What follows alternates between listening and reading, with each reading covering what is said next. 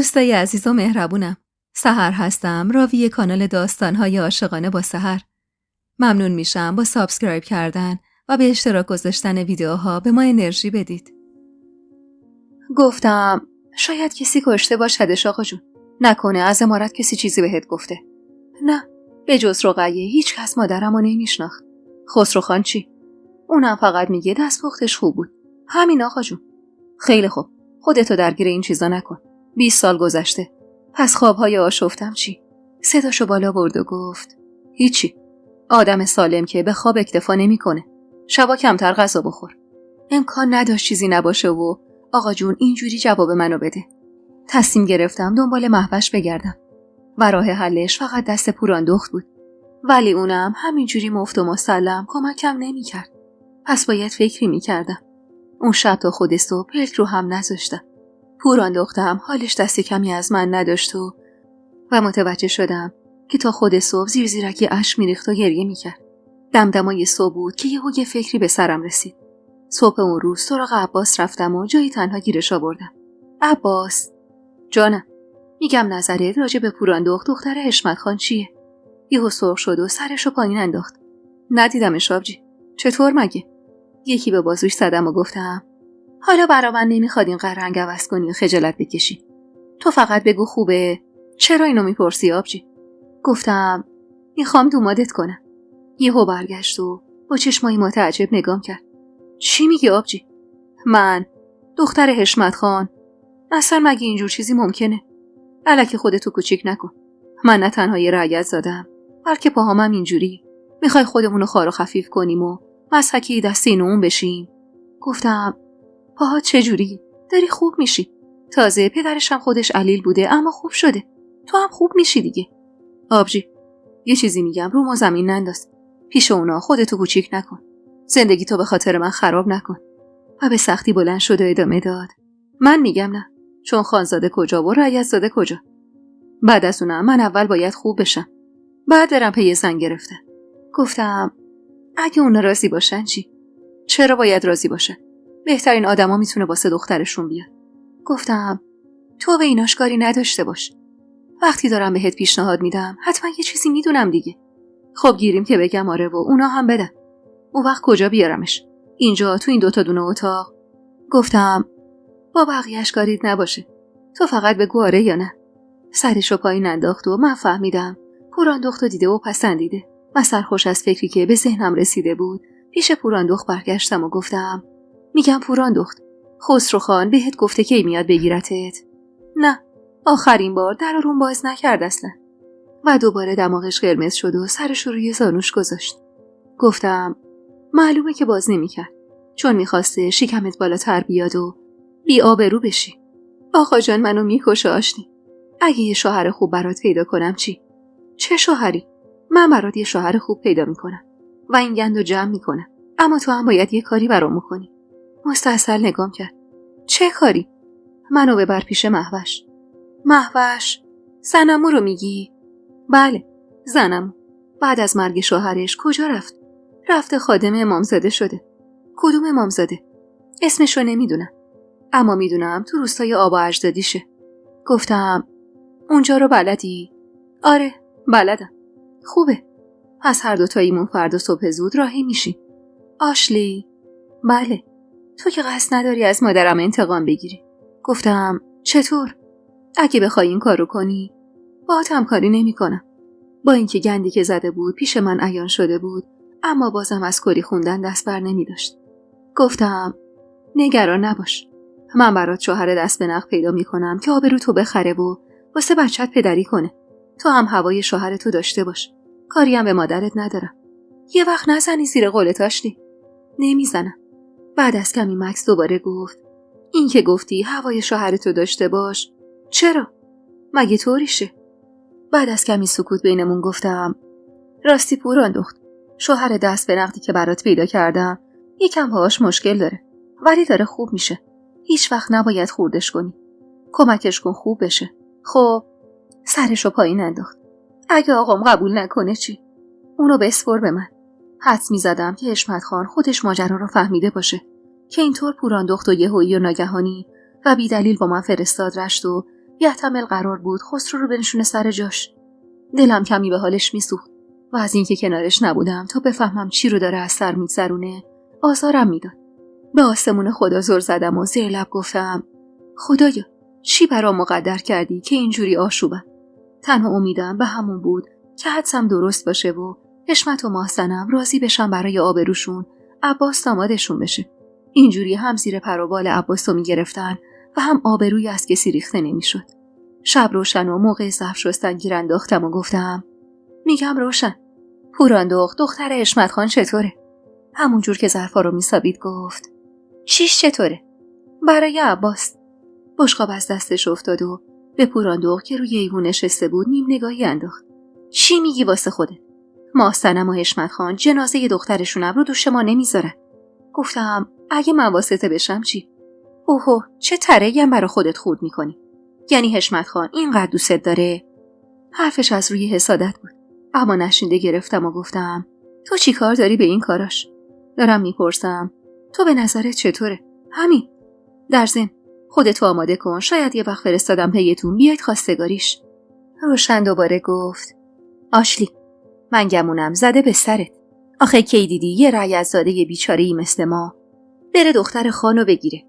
اصلا ما هم بخوایم. اگه حشمت خان مغز خر خورده که دخترشو به ما بده، اصلا ما کجا و اونا کجا؟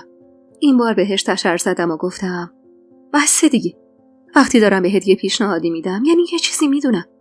با این حرفم یهو انگار نظر روشن تغییر کرد که گفت باشه ببرش توی اتاق. گفتم واسه چی؟ راه رفتنش که خوبه، دندون و موهاشو ببینم. با عصبانیت و کلافگی به روشن زبون نفهم گفتم اینقدر چرت و پرت نگو روشن.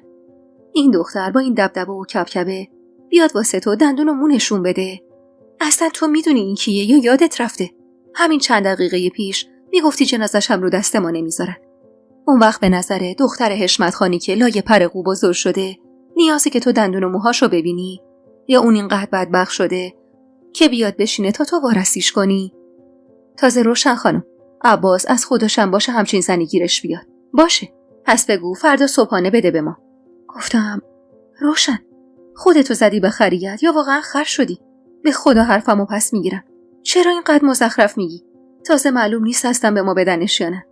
باشه حالا جوش نیار، برای عباسم خوبه. گفتم خوبه؟ عالیه، فقط دعا کن موفق بشم. میاد اینجا زندگی میکنه؟ کلافه تر از قبل چشخوره‌ای رفتم و آبکش پر از ظرف و دستش دادم. اون بیاد اینجا با تو و شوهرت و 2 پسرها زیر یه سقف زندگی کنه؟ همونجا تو عمارت میمونن دیگه. یعنی پسرم داماد سرخونه بشه؟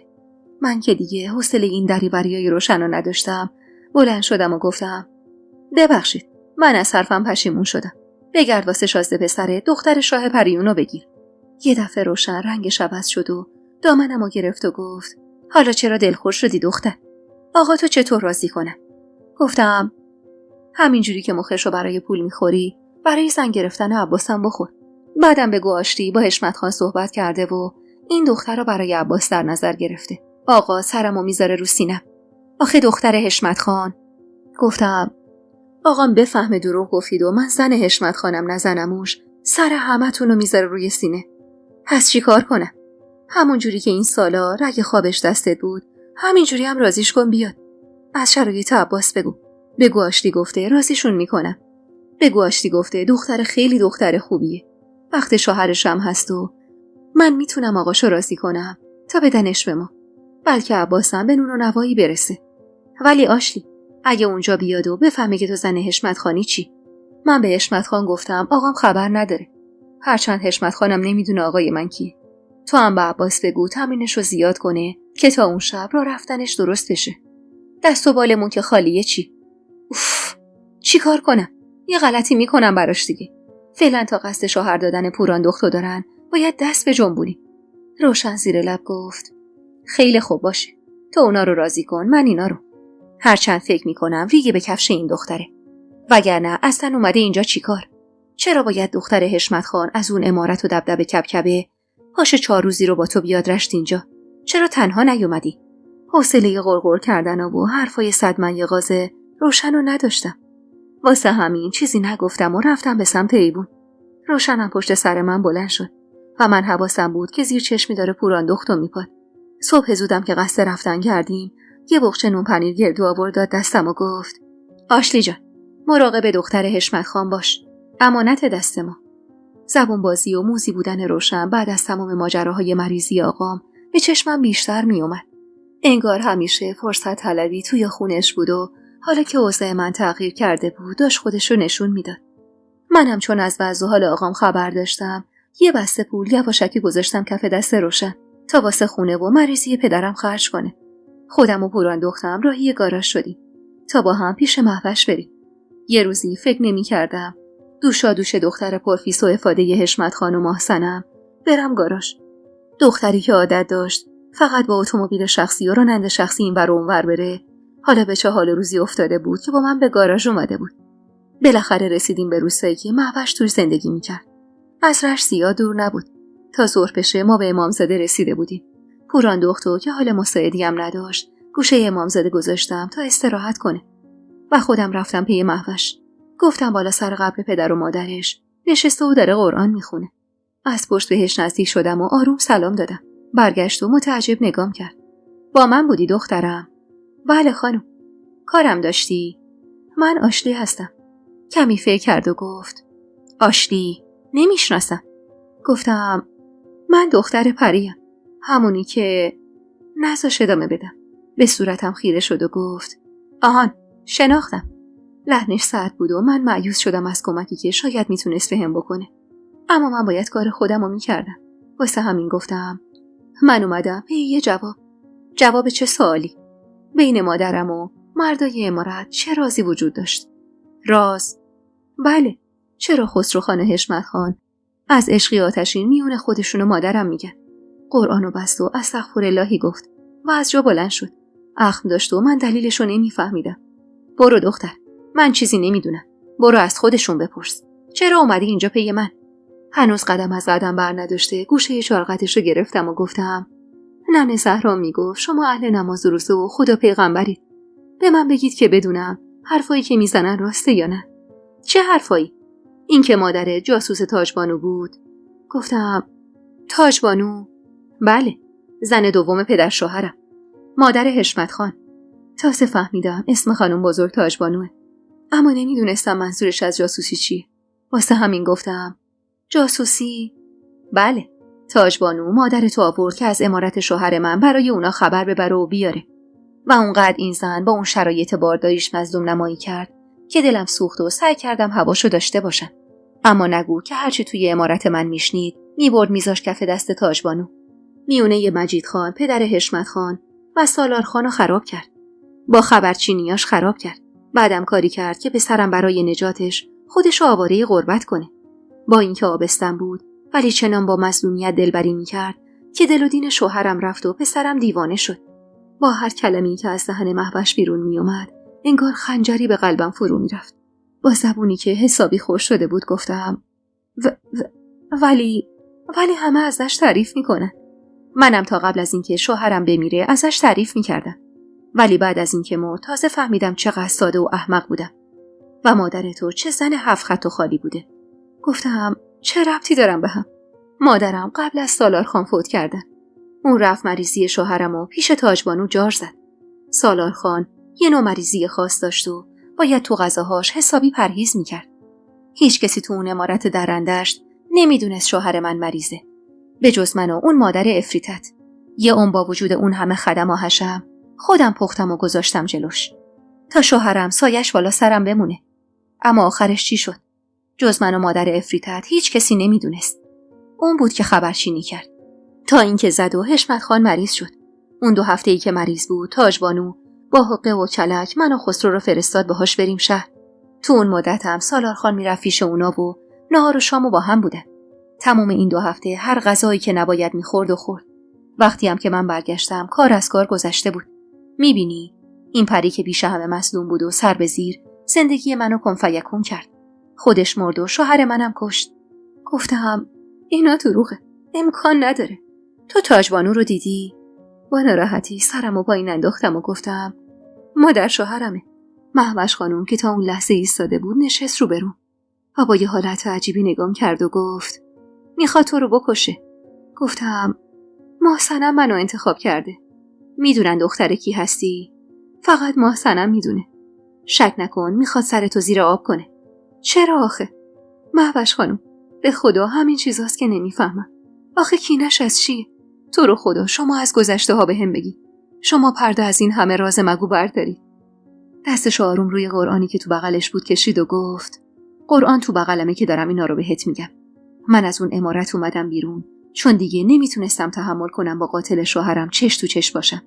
گفتم من فکر میکنم قاتل مادرمم یکی از همون آدم هست. مادر زن زیرک و آبزیرکاهی بود. با التماس گفتم خواهش میکنم میشه اینقدر ازش بد نگید؟ دستش از دنیا کوتاهه. نه نمیشه. شنیدم 1 ساله بودی که مرد. بله. از زیر دست نامادری بزرگ شدی. بله. زیر دست روشن دوستش. پوزخندی زد و گفت چطور حسین تهش رفت روشن رو گرفت؟ با تعجب گفتم چرا؟ چطور مگه؟ روشن دوست مادرت بود. اینو میدونم. چند باری همراهش اومده بود امارت تا کمک حالش باشه. واقعا اینو من نمیدونستم. آروم خندید و ادامه داد باورم نمیشه. دنیا چه جای عجیبیه. نگاه متعجبم و که دید ادامه داد حالا میتونم خوب صدای فریاد مادرتو از اون دنیا بشنوم. آخه چرا؟ روشن دوستش بود ولی خیلی بهش حسودی میکرد. به خاطر شوهر و بچه‌ای که پری داشت و اون نداشت. 1-2 سالی هم از مادرت بزرگتر بود و برای اون زمان ترشیده به حساب میومد. دنیا رو ببین. مادرت اگه میفهمید روشن شوهرش رو میدزده از قبل بلند میشد. گفتم چرا تا حالا هیچ کس برای من گذشته رو اینجوری تعریف نکرده؟ فکر میکنی برای چی گوشه نشین شدم و بچه‌ها و نوه‌هامو ول کردم به امون خدا؟ هان؟ منتظر جواب به دهنش نگاه کردم که ادامه داد برای اینکه وجب به وجب اون عمارت نجسه، منحوسه، هزاران دسیسه در تار و پودش تنیده شده. گفتم در حالی که مغزم از شنیدن چیزایی که شنیده بودم در حال ترکیدن بود گفتم میتونم 1 سوال دیگه بپرسم؟ بپرس. مادرم آبستن بود قبل از اینکه بیاد به عمارت. سرش رو تکون داد و گفت پس تو هم شایعه رو شنیدید؟ نمیدونم خانم جان. من گیجم. هیچی نمیفهمم و نمیدونم. تو رو خدا شما روشنم کنی. از جا بلند شد. من که تو خلوت شوهرم نبودم. ولی به اینجای حرفش که رسید انگار چیزی متوجه شده باشه چشماش از حدقه بیرون زد و گفت محسنم تو رو برای حشمت گرفت که تنبیهش کنه. بعدم با حالت کیفوری خندید و ادامه داد خوب پاشو جای پای عمش داره میذاره. گیج و سردرگم نگاش کردم. یعنی چی؟ من نمیفهمم چی میگی. چون پری آبستن بود و هر کسی میگفت که بچه از 1 نفره. یکی میگفت از حشمته، یکی میگفت از سالاره و آخریا میگفتن از خسروه. در مونده دستمو به سرم بردم که حالا از درد داشت میترکید. ولی خانم جان، حشمت خان گفت بچه از من نیست. مهوش ابرویی در هم کشید. قیافه تاجبانو دیدنی وقتی بفهمه دختر پری عروسش شده. پدرت چجور راضی شد؟ برخلاف مهوش که معلوم بود حسابی کیفش گوش شده، حال من اما خراب بود. خرابتر از اون چیزی که بتونم توصیفش کنم. دنیا دور سرم میچرخید. تو جام تکونی خوردم و گفتم پدرم بدهکار بود و روی تخت مریض خونه افتاده بود و ما به پول احتیاج داشتیم. محسنم خانم پیشنهاد داد و منم قبول کردم. ندیده میگم خودش پدرتو به حال مرگ انداخته تا رضایت بدی. گفتم شما چطور اینقدر خوب میشناسیدشون؟ من سالهای زیادی از عمرم و لابلای اون آدما زندگی کردم. توی همون عمارت. قبل از اومدن تاجبانو همه با هم خوب بودن. ولی بعدش عمارت دیگه اون عمارت سابق نشد. اون زن حریص فقط دلش میخواست همه سرمایه مجید خان مال پسر خودش باشه. راستی وقتی من در اومدم محسنم آبستن بود. بچهش پسر شد آخر. سرمو به علامت منفی تکون دادم و مهوش خانم با شادی گفت خدا خوب جایی نشسته. خدا بیامرزه سالار خانم. پس یعنی شما هم نمیدونید؟ من چه میدونم وقتایی که شوهرم پیش من نبود کجا بود؟ مادرتم که به پاکیش قسم میخوردیم تهش تو زرد از آب در اومد. این بار ملتمسانه تر از قبل گفتم خانم جان شما رو به خدا قسم میدم اینقدر ازش بد نگید. دستش از دنیا کوتاهه. گناه داره به خدا. نشست کنارم و دستش رو روی زانوم گذاشت. مادر تو مثل یه گرد بود تو لباس بره و من اینو خیلی دیر فهمیدم. امیدوارم تو به اون نرفته باشی. بی توجه به حرف و کنایه هایی که میزد گفتم حشمت خان میدونست مادرم چی کار کرده. حشمت بعد از مردن مادرت مجنون شد. تا مدتها دنبال پیدا کردن قاتلش بود. پدرت میگفت حشمت کشته تا به روش بیشتر از این نره. اما حشمت میگفت یکی از بیرون کشته. اما توی همون بلبش و بازار ماستنم آبستن شد و دیگه حشمتم پیش رو نگرفت. نالیدم. پس تو بد مخمسه گیر افتادم. فقط این که سرمو بالا کردم و انگار دلش برام سوخته باشه سرشو با تأسف تکون داد و گفت این که معلوم نیست نسبتت با مردای عمارت چیه. پس تا مشخص نشده بچه دار نشو. من نگرانی چی بودم و اون چی میگفت. دستشو روی شونم گذاشت و بلند شد و از کنارم رد شد و رفت و انگاری قسمت همین بود که آقا جان قفل اون علاقه بی سرانجاممو به حشمت باز کنه. علاقه‌ای که منو میترسوند و من نمیدونستم با وجود محسنم و 4 دخترش که هیچ دل خوشی ازم ندارن قراره تا کجا پیش بره. 4 قدم و سر کشیدم و کمی زیارت کردم و از خدا خواستم راهی جلوی پام بذاره و کمکم کنه تا بتونم حشمت خانو برای همیشه از زندگیم بیرون کنم بدون دردسر و به قول معروف گفتنی عطاشو به لقاش ببخشم که اگه این ازدواج حرامم نبود بعد از موعدش همه چیز به خوبی تموم بشه. اون روز دست از پا دراستر به سمت رشت برگشتیم. اما همین که وارد کوچمون شدیم با دیدن راننده توی کوچه هول برم داشت. ترسیده جلو رفتم و پرسیدم چی شده؟ چرا اینقدر زود اومدی؟ تو عمارت آتش سوزی شده خانم. سیلی محکمی توی صورتم زدم و گفتم خاک بر سرم. چی شده؟ کسی هم طوری شده؟ خسرو خانم رباب خانم. پوراندخت همونجا از حال رفت و من تکه به در چوبی خونه روی زمین وا رفتم. لایه در باز بود و با تکه دادن من کمی بازتر شد. روشن بیرون اومد و زیر بغلمو گرفت. به خاطر قلب آقا جان چیزی بهش نگفته بودن و من و پوراندختم برای اینکه شک نکنه مجبور شدیم زود بارمون رو جمع کنیم و به بهونه مریضی آقا بزرگ برگردیم عمارت تا ما بخوایم جمع کنیم و راهی بشیم و برسیم. تشییع جنازه تموم شده بود. مهوش رو برای بار دوم تو حیاط عمارت دیدم. وقتی با چشمای پر از اشکش به خونه و کاشونه سوختش نگاه میکرد. با چشمام دنبال شالی و برادراش میگشتم که بهم گفتن تو عمارت من ساکنن. لباس مشک متن کردم و رفتم پیششون. تنها آدم مهم اون عمارت واسه من همون شالی بود. بغلش کردم و بوسیدمش. بچه بی‌نوا انگار هیچی حالیش نبود که نه گریه میکرد و نه ناراحت بود. فقط عروسکشو بهم نشون داد و گفت اینو پدرم برام خرید آشلی. گفت تو هم نشون بدم. قشنگه. دلم خون بود و لحظه ای صورت خسروخان از جلوی چشمم کنار نمیرفت. شالی رو تو بغل گرفتم و گوشه اتاق تو خودم جمع شدم و شک نداشتم که حشمت خان خسروخانو کشته. لابد فهمیده بود چی کار کرده و میخواسته تنبیهش کنه. واسه همین یهو بی مقدمه از من خواسته بود تا دخترش رو از اونجا دور کنم. باورم نمیشد که عامل یتیم شدن شالی منم. منی که دهن باز کردم و به حشمت خان گفتم دختری به اتاق خسرو رفت و آمد میکنه. واسه همین اونقدر اشک ریختم که دیگه چشمی اشکم خوش شده بود و اشکی واسم نمونده بود. صدای گریه های مهوش خانم و دیگران اون روزا زجرآورترین صدایی بود که میشنیدم. خودم به اتاق خواب و پیش حشمت خان رسوندم. لباس سیاه تنش بود و روی تخت دراز کشیده بود. سلام دادم و گفتم چطوری آتش سوزی اتفاق افتاد؟ با بیخیالی گفت میدونی که ساختمون مطبخ بزرگ عمارت چسبیده بود به عمارت خسرو. مثل اینکه اجاق آشپزخونه آتش زده بالا و همه جا رو سوزونده. چیزی که حشمت خان واسم تعریف کرد اونقدر مسخره و دور از ذهن بود که مطمئن بودم خودش هم این دروغی رو که میگفت نمیتونست باور کنه. اما حالا جای این حرفا نبود و اوضاع بدتر از اونی بود که من بخوام حشمت خان رو سینجین کنم. اصلا من چی کاره بودم؟ سرمو انداختم پایین و گفتم خب چرا اینقدر زود دفنشون کردید؟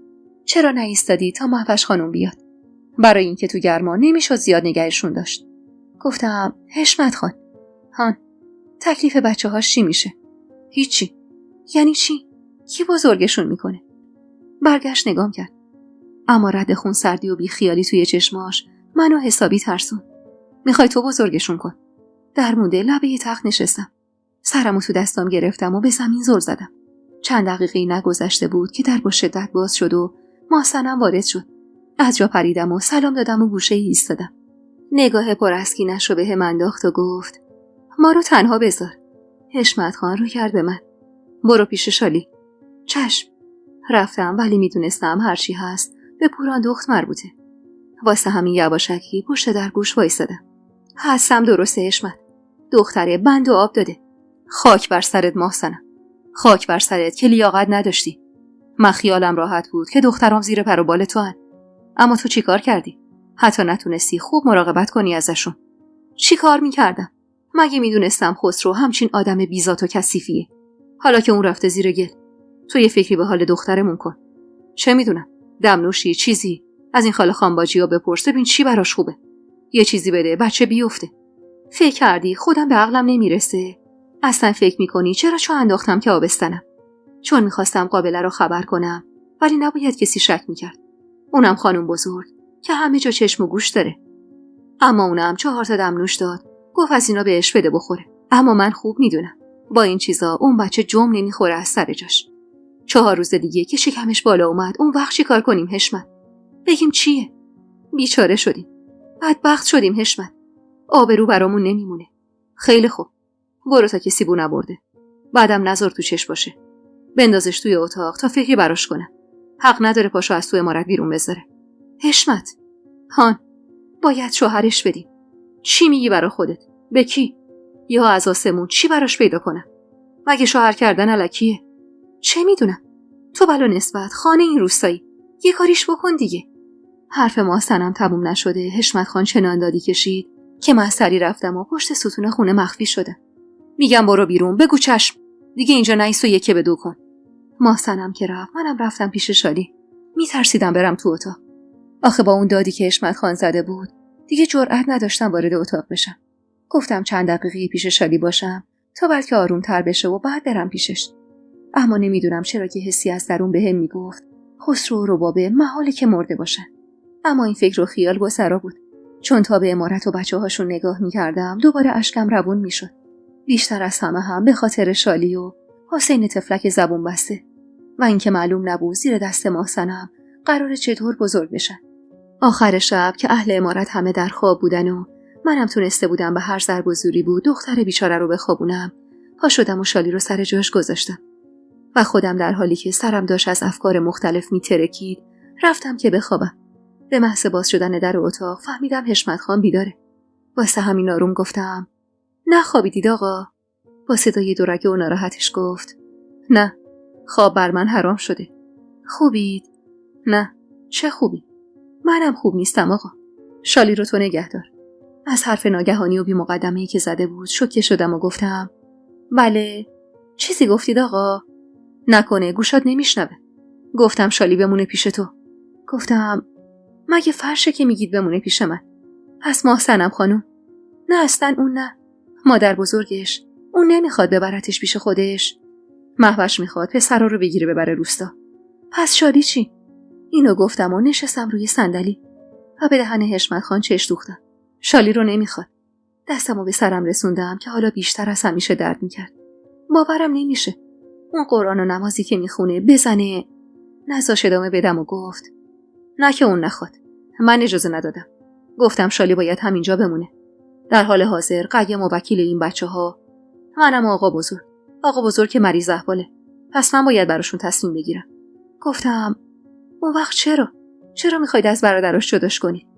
چون فکر کردم تنها دلیلی که تو میتونی این امارت رو تحمل کنی حضور شالیه. شالی هم که به تو وابسته است. بره اونجا پیش اون پیرزن چیکار کنه؟ دیگه نمیشنیدم چی میگه. اما با خودم میگفتم کاش میشد بهش بگم که اگه شوهری کردم بلد بود و اگه این ازدواج حرام نبود میتونست بشه دلیل دوام آوردنم تو روزایی که هیچ امیدی برای زندگی وجود نداشت. ولی لب ورچیدم و صدای جیرجیرکا شد تنها صدای اون اتاق. دراز کشید و سرشو به بالش رسون. بیا بخواب. گفتم ممنونم که شالی رو برای من نگه داشتید. مهوش فردا میره. هیچ راهی نداره که بمونه. همینجا بمونه بالا سر بچه‌ها. اون از ما ناراحته و نمیتونه اینجا رو تحمل کنه. البته که حقم داره ناراحت باشه. حشمت خان؟ بله. گفتید این عمارت رو از گندی که توش خلاص میکنید؟ آهی کشیدم و زیر لب گفتم امیدوارم و خوابیدم. سردردم روزای بعد از رفتن مهوش بدتر شد. شالی با دیدن برادراش که میرن و تنهاش میذارن بیشتر از قبل تو خودش فرو رفت و من درگیر احساسات اون دختر بچه شدم. اونقدر که دیگه خودم رو پاک فراموش کرده بودم. روزها پشت هم میگذشتن و من ماجرای عباس و پوراندخت رو به کل یادم رفته بود که یه روز سر ظهر پوراندخت با یه لیوان نوشیدنی اومد پیشم. شالی رو بردم توی اتاق و با دیدنش یاد قولم افتادم. حال روز پوران تعریفی نداشت. شنیده بودم توی عمارت مادرش زندونیه. واسه همین گفتم خوبی پوراندخت؟ نه گفت و اشکش را افتاد و من نگران به اتاقی که حشمت توش بود نگاه انداختم که مبادا صدامو بشنوه. واسه همین در آروم بستم تا صدا کمتر بره بیرون. پوراندخت اومد به پام افتاد و لیوانی که دستش بود و روی میز گذاشت. آشلی نجاتم بده. چی کار میتونم بکنم؟ میبینی که هنوز رخت عذاب تنمونه. این لیوانو امروز تو اتاقم پیدا کردم. به عنوان جوشونده میخواستم بهم بدن. گفتم خب چیه؟ مگه جوشونده نیست؟ نه آشلی، سمه، سم. دیوونه شدی پوراندخت؟ عقل تو از دست دادی؟ نه به خدا آشلی، سمه. اصلا بوش کن، خودت هم متوجه میشی. مادرم فهمیده چه گندی به بار آوردم. میخواد سر به نیستم کنه تا آبروشون حفظ بشه. دختر بیچاره مستاصل بود و من بیشتر از اون. نمیتونستم به حرفش اعتماد کنم و نمیتونستم بگم دروغ میگه.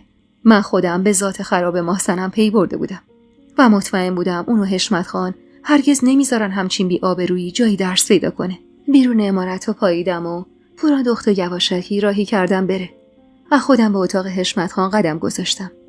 حشمت خانی که بعد از مرگ خسرو خان حسابی تو خودش رفته بود و کم حرف شده بود.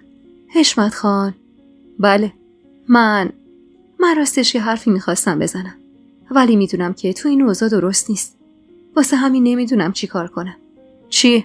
بگو. روزی که پوراندخت رو بردم رشخونمون روشن ازش خیلی خوشش اومد. روشن کیه؟ نامادریم. قبلا بهتون گفته بودم. خیلی خوب. اجازه میخواست بیاد دستبوسیتون. برگشت و با تعجب نگام کرد. واسه چی؟ واسه نمیدونستم حرفی که میخوام بزنم عاقبتش چیه. اما تموم جسارتم و یه جا جمع کردم و گفتم برای امر خیر. انگار هنوز دوزاریش نیفتاده بود که گفت امر خیر. برای کی؟ برای برادرم عباس. نیشخندی زد و گفت همون که علیل بود. الا راه میره آقا. خیلی بهتر شده. صدقه سر دکتری که شما معرفی کردید الهی شد بهتره و میتونه راه بره. حشمت خان که الان متوجه شده بود منظورم چیه پشتشو کرد به من و پشت پنجره خیره شد به حیاط و گفت چی باعث شد فکر کنی که این وسط میتونه سر بگیره؟ آقا جان جسارت منو ببخشید. من فکر نکردم که این وسط قراره سر بگیره. اما گفتم شانسمو امتحان کنم. عباس خیلی پسر آقا و خوبیه. به خدا اگه نبود هر بلایی خواستی سرم بیارید. اصلا من اجازه نمیدم کاری کنه. اصلا اگه کاری کرد خودم گوششو میکشم.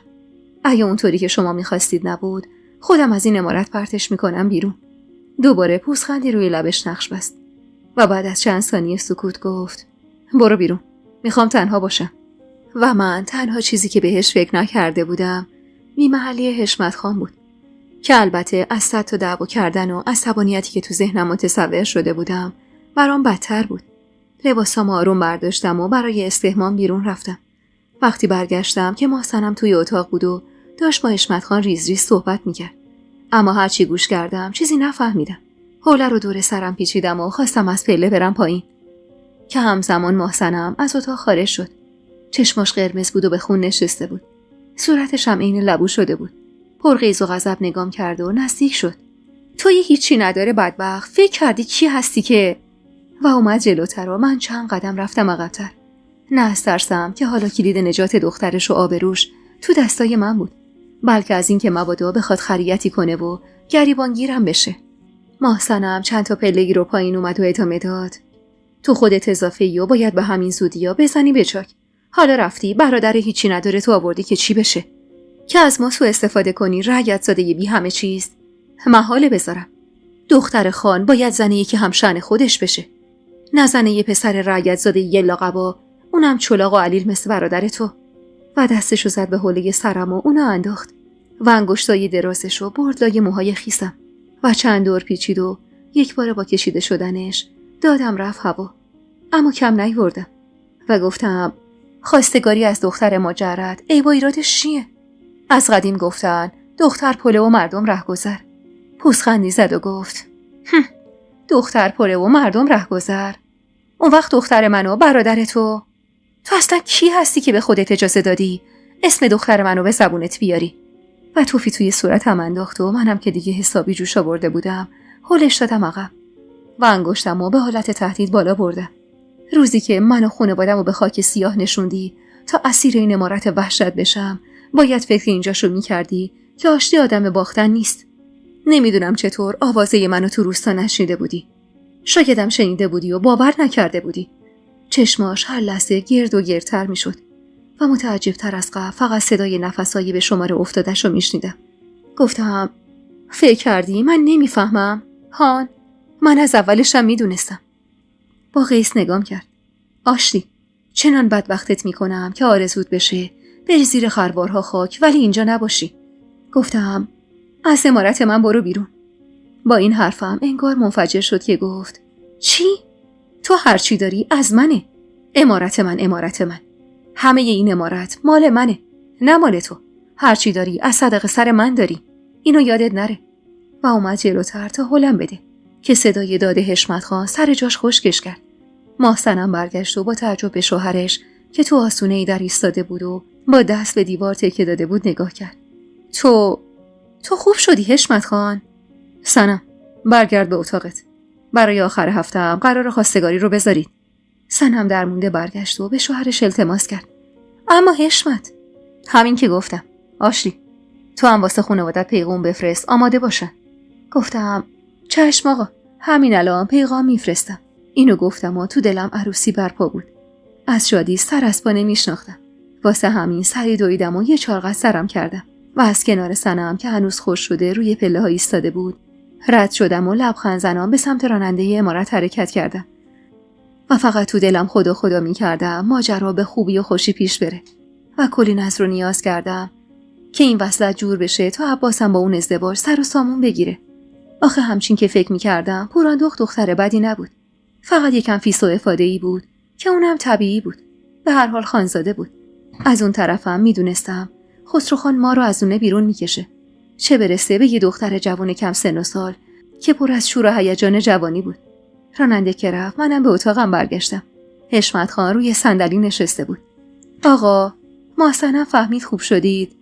نکنه بلای دیگه ای سرتون بیاره. برادرت مرد خوبی هست. رفتم کنار پاش زانو زدم و گفتم بهترین پسری که تا الان دیدم. ساده و بی‌قلاقش. چشم و دلشم که نگم چقدر پاکه. حسابی هم کاریه. اگه اون اتفاق نمی افتاد الان تو نجاری برا خودش کسی شده بود. خیلی خوب، کافیه. گفتم آقا. بله، ما شاید بی پول و هیچی نداره رعیت زاده باشیم، ولی سرمون بالاست و دلمون به غرور و مردونگی مردمون خوشه. چند صباح دیگه که عباس خوب شد میفهمی چی میگم. به خدا قول میدم برادرم جلوی شما منو رو سفید میکنه که اگه غیر از این بود پا پیش نمیذاشتم. میتونه راه بره؟ بله، به لطف شما بدون کمک میتونه راه بره. البته هنوز سیز و فرز نشده، ولی مطمئنم کاملا خوب میشه و به حالت قبل برمیگرده، چون تو همین مدت کمم پیشرفتش عالی بوده. خیلی خوب. گفتم آقا، من هیچ وقت به شما ضربه نمیزنم. یهو نگاهی بهم کرد که 4 ستون بدنم لرزید و گفت به محسنم چی؟ گفتم وقتی پای شما بسط باشه نه، دیگه باید از جام بلند شم. مطمئنید یه وقتی اتفاقی نیفته دیگه نمیشه توی این اتاق بمونم. باید پاشم و این خانواده و اهل عمارت رو جمع کنم. لبخند زدم و گفتم تازه شدیم شکل هم آقا. امروز غروب شنا بریم با هم. آره، میگم رودخونه رو غرق کنن. چشم آقا، بریم. حشمت خان از جا بلند شد و رفت سراغ کمد و چند تا لباس برای خودش برداشت. بعد رو کرد و منو گفت تو هم برای خودت لباس بردار. اینو گفت و اومد کنارم ایستاد و نفس عمیقی کشید و گفت بویی که بعد از همون میدی خیلی خوبه. خجالت زده خندیدم و گفتم از اون صابونیه که این کلثوم برپریده آورده برام. خیلی خوشبوه آقا. منم که مفت باشه کوفت باشه. زیاد میزنم به خودم. اینو به شوخی گفتم بلکه یکم حالا هواش عوض بشه.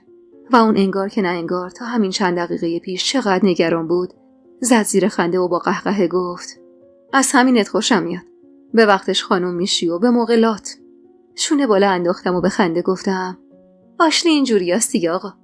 با محسنم 1 به 2 نکن. من کاریش ندارم. اونی که از من بدش میاد آقا. از امروز اوضاع تغییر میکنه. هیچ کسی نباید تو این عمارت بتونه به تو بی احترامی کنه. و حرفش قوت قلبی بود که بدجور به دلم نشست و دلم میخواست تا آخرش همینجوری محکم و با صلابت باشه.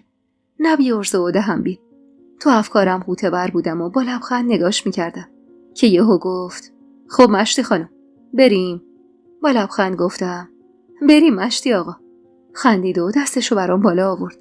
بازوشو گرفتم و از پله پایین رفتیم. حیاط عمارت خلوت بود و دلم میسوخت که هیچ کسی نبود تا برای خسروخان رو با گریه کنه. فقط پارچه های سیاه و عمارتی که ویرونه شده بود. آهی کشیدم و با شالی که داشت با 2 دختر کوچیک حشمت خان تو حیاط بازی میکرد خداحافظی کردم و جلوی چشمای متعجب اهالی عمارت به کمک حشمت خانی که روی 2 پای خودش بود در حالی که دستش توی دستای من بود از سر عمارت خارج شدیم و بعد از کمی پیاده روی به محلی از رودخونه که برامون قرق کرده بودن رسیدیم.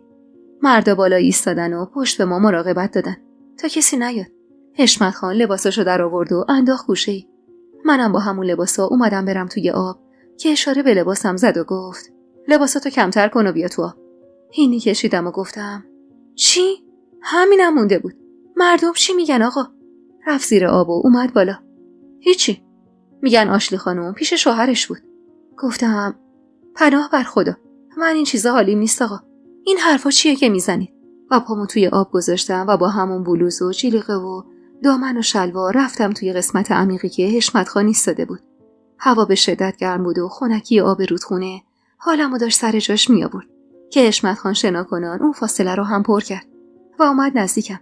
دستشو دورم حلقه کرد و با یه حرکت رفت زیر آب و یه آن احساس کردم چیزی داره از پام کشیده میشه. حشمت خان با خنده دامن به دست اومد بالای آب. این اضافی بود. آروم نگاهی به خودش و به اون دامن توی دستش کردم و گفتم چی کار میکنید آقا؟ حرف نباشه. اومدم ازش فاصله بگیرم و برم که این بار رفت زیر آب و خواست شلوارم رو از پام بکشه که جیغی کشیدم و دستم رو گرفتم کنار پام. خندید و گفت من یه عمر شنا میکنم. میخوای منو دور بزنی دختر؟ گفتم نه به خدا، اما ازتون خواهش میکنم. من اینطوری راحت ترم. بعدشم حشمت خان این همه آدم اینجا ایستادن. نگران نباش. اینجا تا 100 فرسخی پرنده هم پر نمیزنه. اینایی هم که میبینی پشت ما ایستادن اگه کمی برگردن یا نگاه بکنن اینجا رو میدونم به ثانیه نکشیده چشماشون کف دستشونه. پس خیال تخت باشه. با خواهش نگاش کردم. انگار دلش به رحم اومده باشه. بی خیال شلوار پام شد و اومد کنارم ایستاد. بازوهای مردانه و سینه ستبرش بدجوری داشت دلمو آب میکرد. اما به خودم تشر زدم که چته آشتی. جمع کن خودتو. از کجا معلوم که به این مرد حرام نباشی؟ و برگشتم و رفتم به قسمت عمیق‌تر. حشمت خان به سرعت اومد کنارم. دورم میچرخید و با ذوق بهم نگاه میکرد. چشم و ابروی اومدم و گفتم این همه جا حشمت خان. حتما باید بیاید اینجا. پس نه. برم اونور. اومدیم با هم شنا کنیم دیگه. کجا برم؟ زنمی دلم میخواد کنارت شنا کنم. گفتم تو رو خدا اینجوری نگید. جفت تنم شد و با چشمای خمارش براندازم کرد و گفت بشم چی کار میکنی؟ برمیگردم عمارت. با یه حالت شیطنت آمیزی خندید و گفت ترسیدی از من؟ نه، اما یه جوری شدی. از زیر آب دستشو دور کمرم حلقه کرد. سعی کردم دستشو از دورم باز کنم که گفت حلال خداست. دستتو بکش. و من اون لحظه شدم آمیخته از احساسات مختلف. اما بیشتر از همه اونا احساس میکردم از کاراش خوشم میاد و این منو میترسون. اما به خودم نهیب زدم تا یاد مادرم و حرفای مهوش خانم بیفتم. واسه همین زیر گوشش زمزمه کردم زیر قولتون نزنید آقا. بذارید برم. منو محکمتر به خودش چسبوند و گفت میدونم که مثل این آب پاک و زلالی. نمیخوام اینجا اذیتت کنم. فقط یکم شنا کنی. تا یه ابرومو بالا دادم و گفتم فقط شنا؟ بله. پس بریم. سرمو بردم زیر آب و خودمو مثل یه ماهی از دستش سر دادم.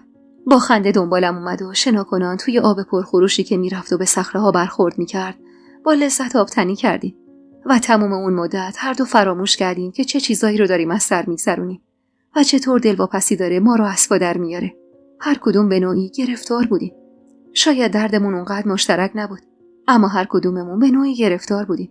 تا غروب بشه و هوا تاریک توی آب موندیم. آخرش من خسته شدم و خودمو به پشت درختی رسوندم و گفتم میشه اون لباسای خشک منو بدید آقا؟ از آب بیرون اومد و نفس عمیقی کشید. هیچ وقت اینقدر از شنا کردن لذت نبرده بودم. و رفت سراغ حوله و خودشو خوش کرد. بعدم حوله منو از بخشم در آورد و آورد گرفت سمتم.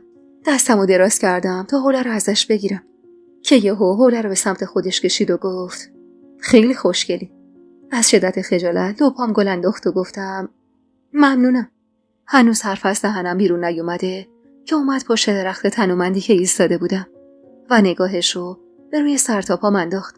چشمامو با التماس روی هم فشار دادم، اما التماسم از روی نخواستن نبود. از این بود که من میتونستم خودمو توی آغوشش غرق کنم، ولی از فکر به حرام بودنش به خودم میلرزیدم. با این فکر که نکنه حشمت خان عموم بود یا شایدم پدرم. با این فکر تنم شد مثل یخ، سرد. دستشو به بازوم کشید و گفت آشلی. صداش پر از التماس بود و چشماش خمار. با ترس جواب دادم بله آقا. زودتر عوض کن بریم امارت. تمام خواستن و تمنای وجودم شد نفس عمیقی و اونو فوت کردم و گفتم آقا نمیدونم چی تو فکرتونه، اما الان همه فهمیدن شما خوب شدید و تو امارت قوقایی بپای. پس بهتره وقتی رسیدیم اول برید پیش خانم بزرگ. تازه عروسی پوران دختم داریم و از اون مهمترین که تازه 7 خسروخان رد شده. حرفمو قطع کرد و اسممو صدا زد. آشلی. بله آقا. گفتم اول بریم امارت. آخه آقا منم باید برم به روشن کمک کنم. باید برای خواستگاری و انشالله بعدش عقد و عروسی آماده بشیم. و اومدم ادامه بدم و گفتم و من که لبش رو روی لبم گذاشت. اما من نباید هم به خواستش میدادم. واسه همین تمام قوامو جمع کردم و در کسری از ثانیه هولش دادم عقب و عصبانی گفتم آقا چی کار میکنی تو ملأ آب؟ از کجا میفهمید که یکی از اون پشت پسلا ما رو نمیبینه؟ به جای این کارا برگردید امارت. برگردید پیش محسنم خانم. برگردید و زندگیتون رو جمع کنید.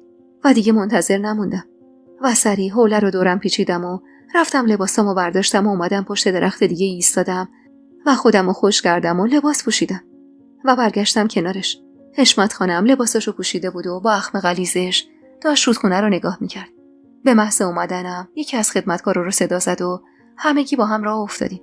اما به محض اینکه راه افتادیم حشمت خان حتی نایستاد تا کنارش قدم بردارم و برخلاف ظهر که این 2 کبوتر عاشق به نظر میرسیدی قدمهاشو اونقدر تند کرد که من دیگه ندیدمش.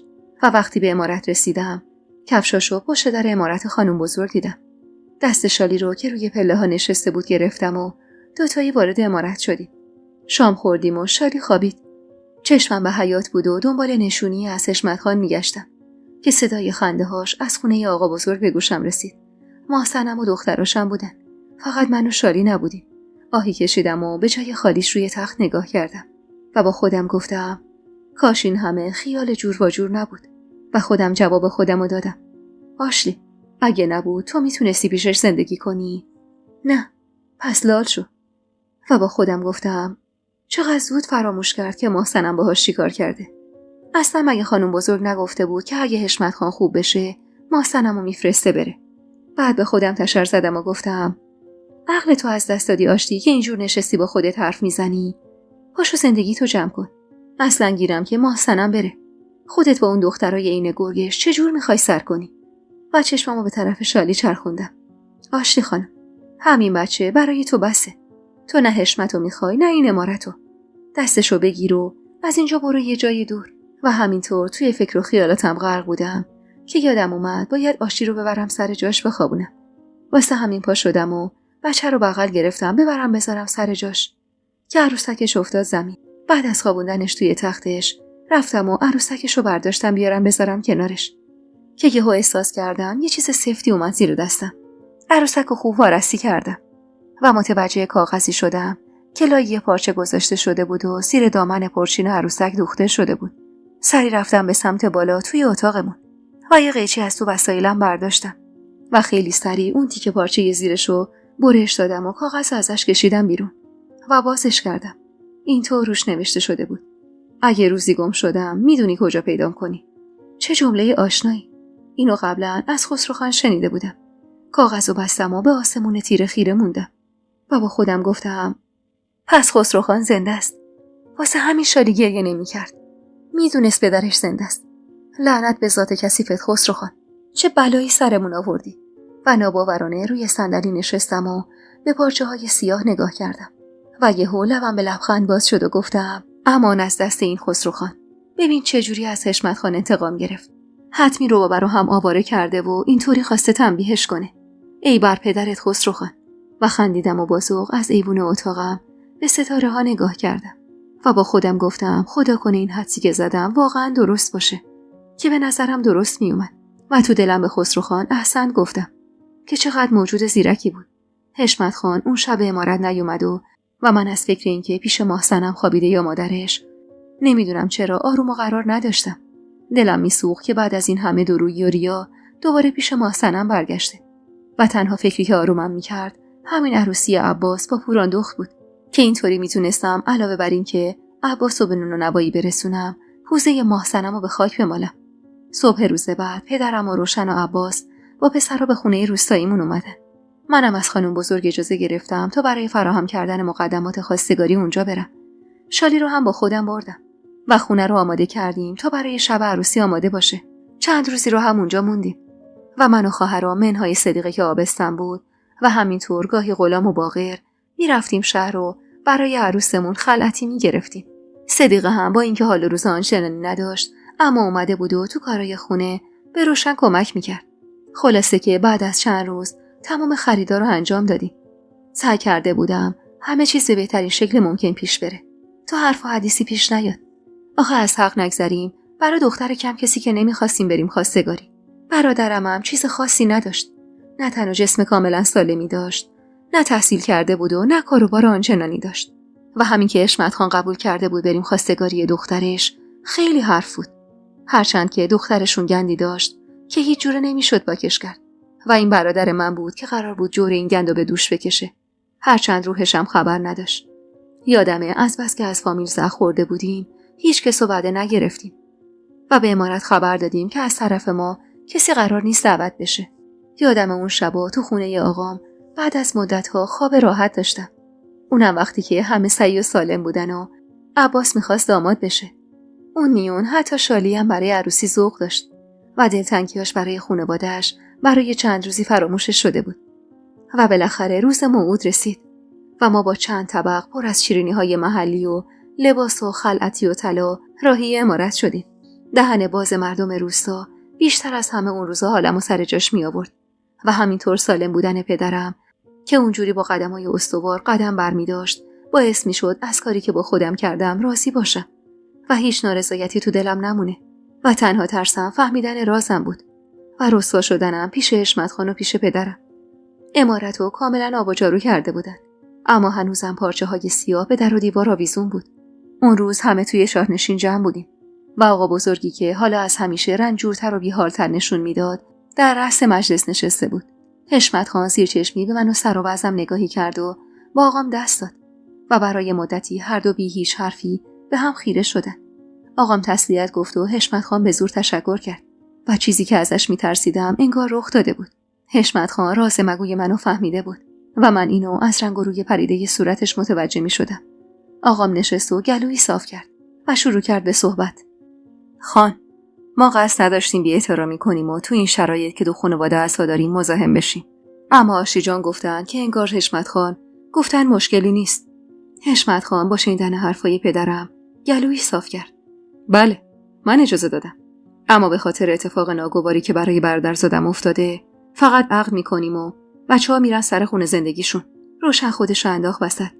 بله آقا، درسته. آقا جانم هم گفت. راستش دل منم زیاد راضی نبود. آخه خسرو خان برای ما هم عزیز بود. دامادمون بود. خانم بزرگ نگاه پرسشگرشو به من دوخت و من وحشت زده چش دوخته بودم به حشمت خان و داشتم از ترس به خودم میلرزیدم که قراره چه اتفاقی بیفته که یهو روشن نذاشت کسی صحبت کنه و خودش پرید وسط حرف و گفت برای شادی روحشون فاتحه بفرستید. جمع با صلوات و فاتحه آروم شد و آقام شروع کرد به صحبت. عباس پسر بزرگ منه و تو مرام و مردونگی میتونم به سرش قسم بخورم که هیچی کم نداره. بعد از عروسیم اگه قابل بدونید خونم و زمینای کشاورزیم و همه رو میدم بهش تا توشون کار کنه و زندگیشو بچرخونه. تا انشالله بتونه زندگی در خور دخترتون براش تدارک ببینه. محسنم رنگش زرد شده بود و اون حالش منو سر کیف می آورد. عمرن اگه فکرشم میکرد دختری که اینجوری بدبختش کرد بخواد دختر خودشو برای برادرش گرو بگیره. با لذت به پشتی صندلی تکیه دادم و بعد از پذیرایی با مهریه معلوم پوراندخت شد عروس خانواده ما. و مراسم عقد و عروسی که قرار بود ساده و بدون هیچ جشنی برگزار بشه افتاد واسه پنجشنبه شب، یعنی 2 روز بعد. اون شب من همراه خانواده‌ام به خونه پدریم برگشتم، چون میدونستم که حشمت خان الان مثل اسفند روی آتیشه و برای تنبیه کردنم نقشه ها داره. اما خواستم عروسی عباسو برای خودم زهرمار نکنم. عروسی که اگرچه هیچ مراسمی نداشت اما حسابی به همون کیف داد. اون شب اتاق مهمون خونه پدریم رو برای عروس و داماد حاضر کردیم. لحاف و تشک عروس داماد و وسط اتاق پهن کردیم و منم چند تا گل از باغچه چیدم و دور و برش فرپر کردم. آفتاب لگن رو هم بالای سرشون گذاشتیم و اتاق حسابی رونق گرفته بود. یادمه بعد از آماده شدن اتاق روشن و آروم کشیدم کنار رو گفتم روشن، عباس سالمه؟ با تعجب نگام کرد. گفتم امشب شب دامادیشه. با طبیبش صحبت کردید ببینید سالمه یا نه؟ دوستاریش افتاد و گفت آره، اتفاقا آقاتم نگران بود. قبل از این که بیان یه روز رفت مریض خونه و با طبیبش صحبت کرد. اونم گفت مشکلی نداره و میتونه زن بگیره و ازدواج کنه. گفتم خیلی خوب، خیالم راحت شد. فقط دوست دارم بدونم چجوری راضیش کردی بیاد. تو به اونش کاری نداشته باش، اما بدون خیلی سخت بود. به خدا مردم تا تونستم راضیش کنم. آخرشم مجبور شدم به دروغ بگم تو با حشمت خان حرف زدی و قول و قرار گذاشتی و اگه پا پیش نذاریم برامون گرون تموم میشه. گفتم دوستای عزیز و مهربونم، یک دنیا ممنونم که تا پایان این قسمت همراه هم بودید و خوشحال میشم اگه نظراتتون رو در مورد این قسمت توی کامنت ها با ما به اشتراک بذارید.